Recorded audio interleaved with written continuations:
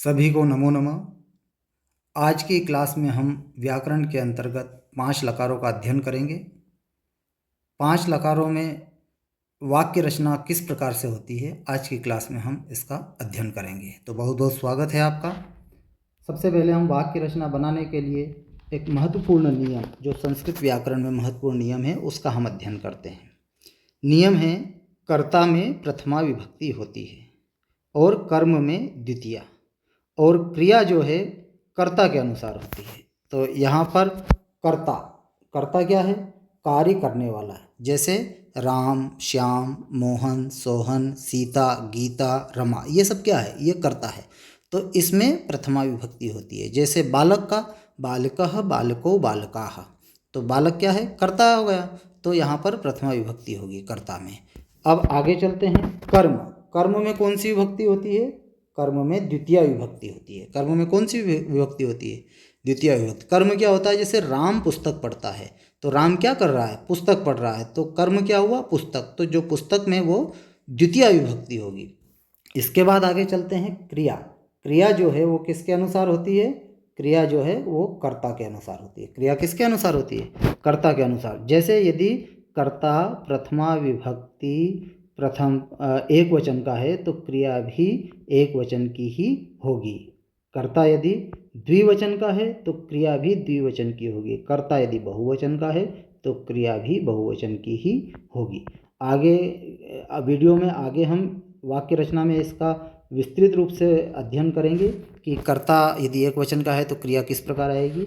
ये एक महत्वपूर्ण नियम है, इसको आप अच्छे से समझ लेना। तो आइए शुरू करते हैं। चलते हैं हम अपने 5 लकारों की ओर। 5 लकारों से वाक्य रचना कैसे बनती है, किस प्रकार से हम वाक्य बनाते हैं, तो आज के वीडियो में हम इसका अध्ययन करेंगे। चलिए आगे चलते हैं।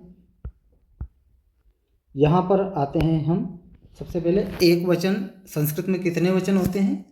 3 वचन होते हैं। एक वचन, द्विवचन और बहुवचन। पुरुष कितने होते हैं? तो पुरुष भी 3 ही होते हैं, प्रथम पुरुष, मध्यम पुरुष और उत्तम पुरुष। तो यहाँ पर ये जो मैंने लिखा है, सह, तौ और ते, त्वम, युवाम और यूयम, अहम, आवाम और वयम, ये क्या है? ये कर्ता है और ये सर्वनाम है।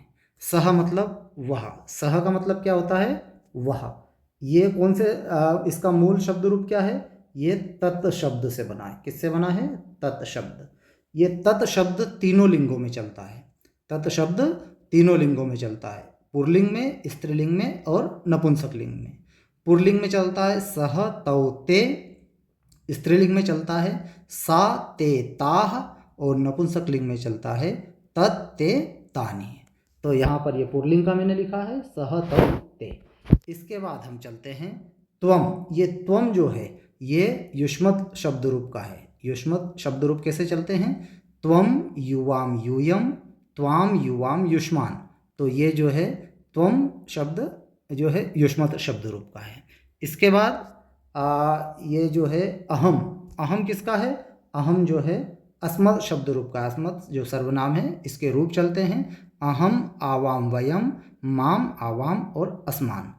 अब यहाँ पर हमको क्या ध्यान रखना है कि ये जो है हमको वचन और पुरुष का हमको याद रखना है। आगे हम वाक्य रचना जब करेंगे तब और अच्छे से आपको क्लियर होगा। अब ये हमारा बेसिक है। इसके बाद हम 5 लकारों में इनको हम चलाने का अभ्यास करेंगे। तो चलते हैं हमारे पहले लकार की ओर। पहला लकार है हमारा लट लकार। लट लकार का मतलब होता है वर्तमान काल।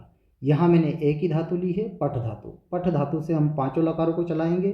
पठ धातु यानी पठ यानी पढ़ना। इसी प्रकार से और धातुएं होती है, जैसे पठ धातु चलती है उसी प्रकार से अन्य धातुएं भी चलती है। जैसे वद, गम, गच्छ, चल, वद, नृत्य, दृश्य आदि इत्यादि बहुत सारी धातुएं हैं। लगभग सबके रूप एक जैसे ही चलते हैं। कुछ एक जगह मात्र चेंज होता है, लेकिन चलते लगभग सब एक जैसे ही है। जैसे पठ धातु लट लकार में कैसे चलते हैं? पठति, पठतः, पठन्ति, पठसि, पठथः, पठथ, पठामि, पठावः और पठामः।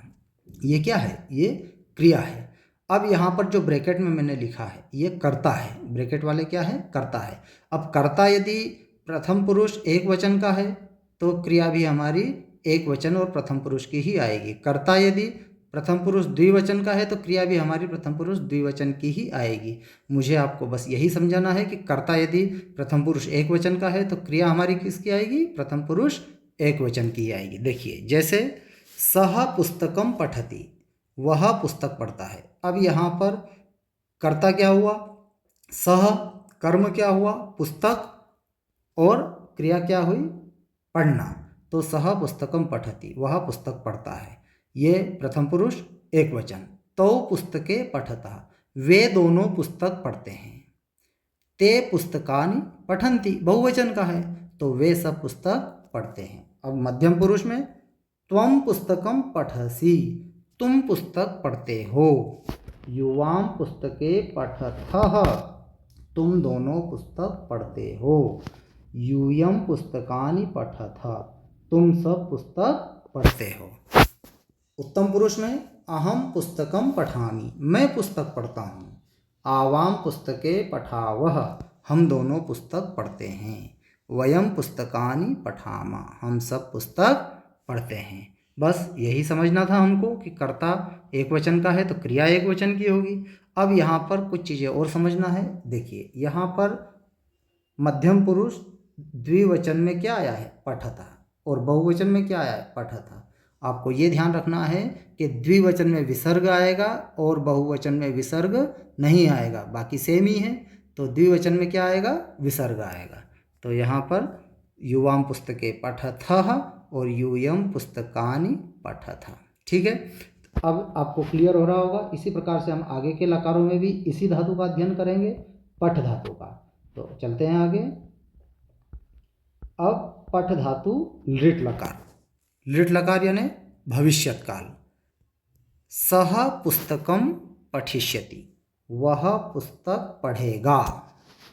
तौ पुस्तके पठिष्यतः, वे दोनों पुस्तक पढ़ेंगे। ते पुस्तकानि पठिष्यन्ति, वे सब पुस्तक पढ़ेंगे। आगे, त्वम पुस्तकम पठिष्यसि, तुम पुस्तक पढ़ोगे। युवाम पुस्तके पठिष्यथः, तुम दोनों पुस्तक पढ़ोगे। और यूयम पुस्तकानि पठिष्यतः, तुम सब पुस्तक पढ़ोगे। उत्तम पुरुष में अहम पुस्तकम पठिष्यामि, मैं पुस्तक पढ़ूंगा। आवाम पुस्तके पठिष्यावः, हम दोनों पुस्तक पढ़ेंगे। वयम पुस्तकानि पठिष्यामः, हम सब पुस्तक पढ़ेंगे। आया होगा आपको समझ में। अब यहाँ पर एक चीज़ और हम समझेंगे। देखिए, जैसे ये कर्ता जो है इसको हम समझते हैं सह, ये क्या हुआ? ये कर्ता हुआ। ये कर्ता प्रथम पुरुष का एक वचन है। अब यदि इसके साथ यदि हम क्रिया जोड़ेंगे तो क्रिया पठिष्यति ही आएगी। यदि आपने इस कर्ता के साथ में सह के साथ में यदि पठिष्यसि कर दिया तो आपका वाक्य गलत हो जाएगा। क्यों?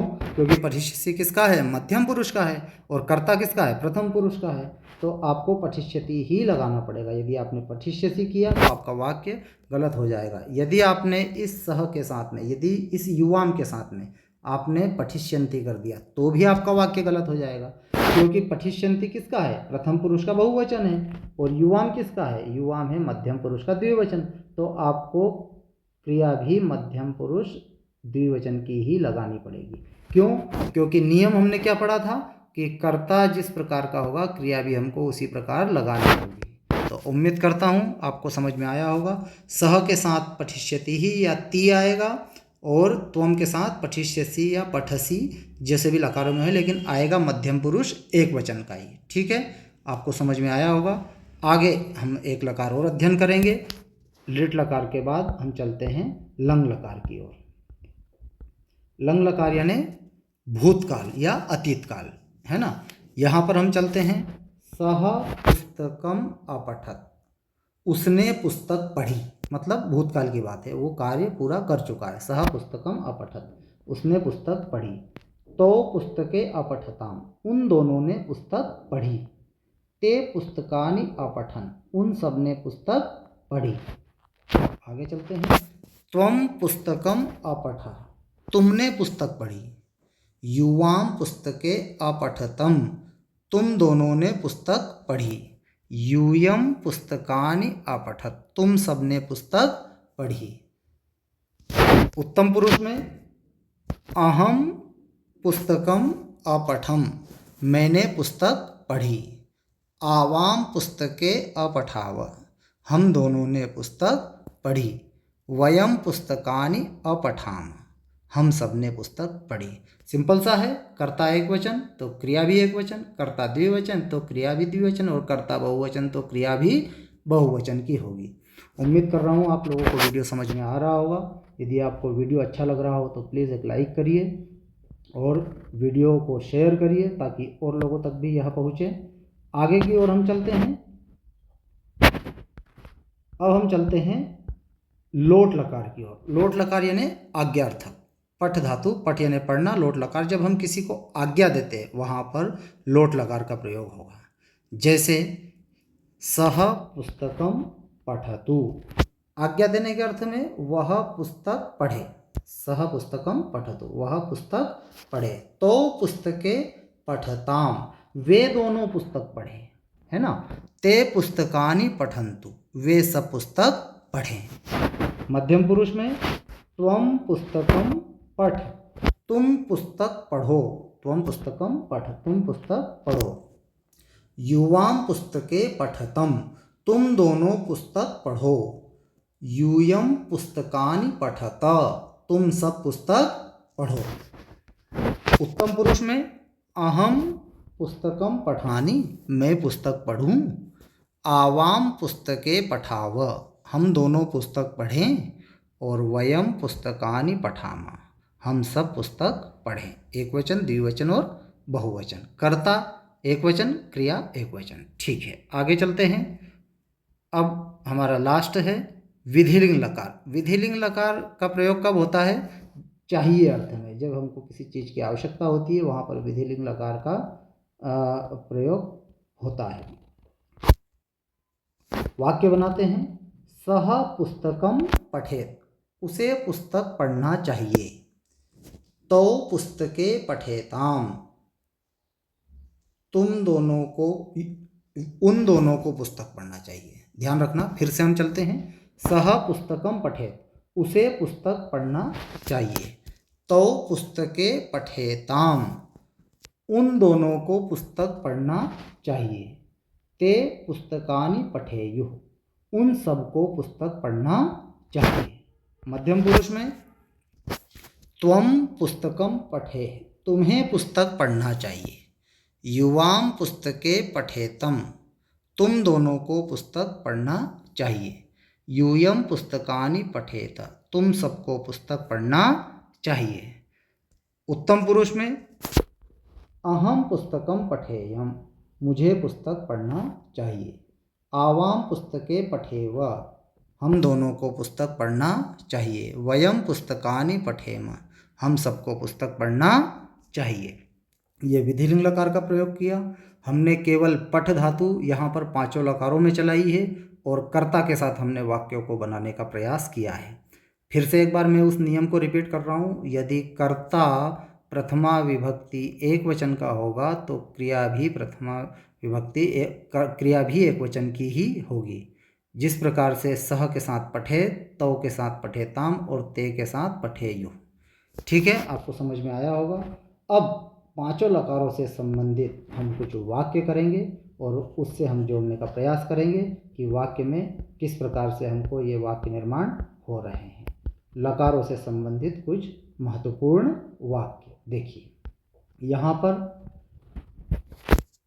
सबसे पहले ये जो तीनों है, हर एक लकार से मैंने, प्रत्येक लकार से मैंने 3 सेंटेंस बनाए हैं। जैसे सह गृहम गच्छति, वह घर जाता है।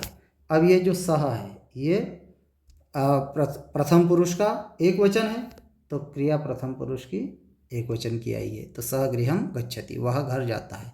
युवाम विद्यालयम गच्छथ, तुम दोनों विद्यालय जाते हो। ये युवाम किसका है? युवाम है मध्यम पुरुष का द्विवचन, तो क्रिया हमारी मध्यम पुरुष की द्विवचन की आई है।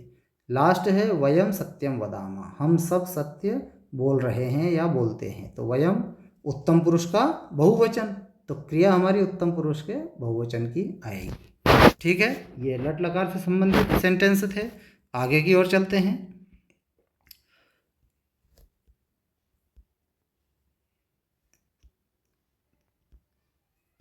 देखिए, तौ उद्यानम गमिष्यतः, वे दोनों बगीचे में जाएंगे। ये कौन से लकार का हुआ है? भविष्यत काल, लृट लकार।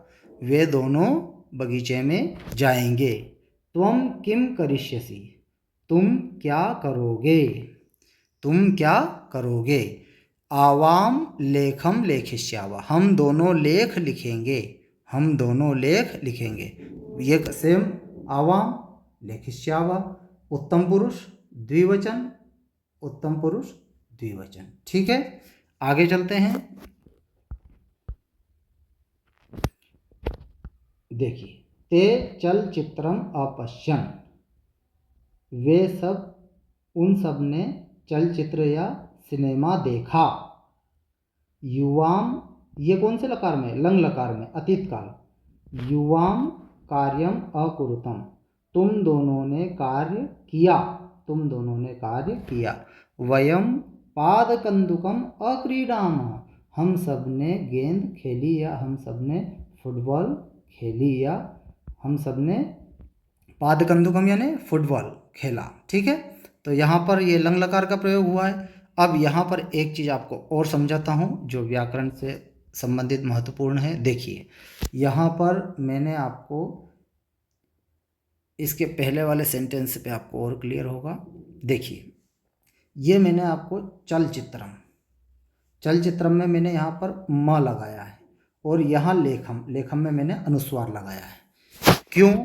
क्योंकि इसका एक व्याकरण में नियम है। जब हम संधियों में आएंगे तो वहाँ इसका अध्ययन हम करेंगे। देखिए, यहाँ पर म जो है, म के बाद क्या आया है? आ। यदि अ आए या स्वर आए तो वहाँ पर म आएगा, और यदि यहाँ पे व्यंजन आए, म के बाद व्यंजन आए तो वहाँ पर अनुस्वार लग जाएगा। इसलिए मैंने सभी यहाँ पर जितने भी लंग लकार के उदाहरण है वहाँ पर म लगाया हुआ है। तो ते चलचित्रम अपश्यन, उन सब ने चलचित्र देखा। युवाम कार्यम अकुरुतम, तुम दोनों ने कार्य किया।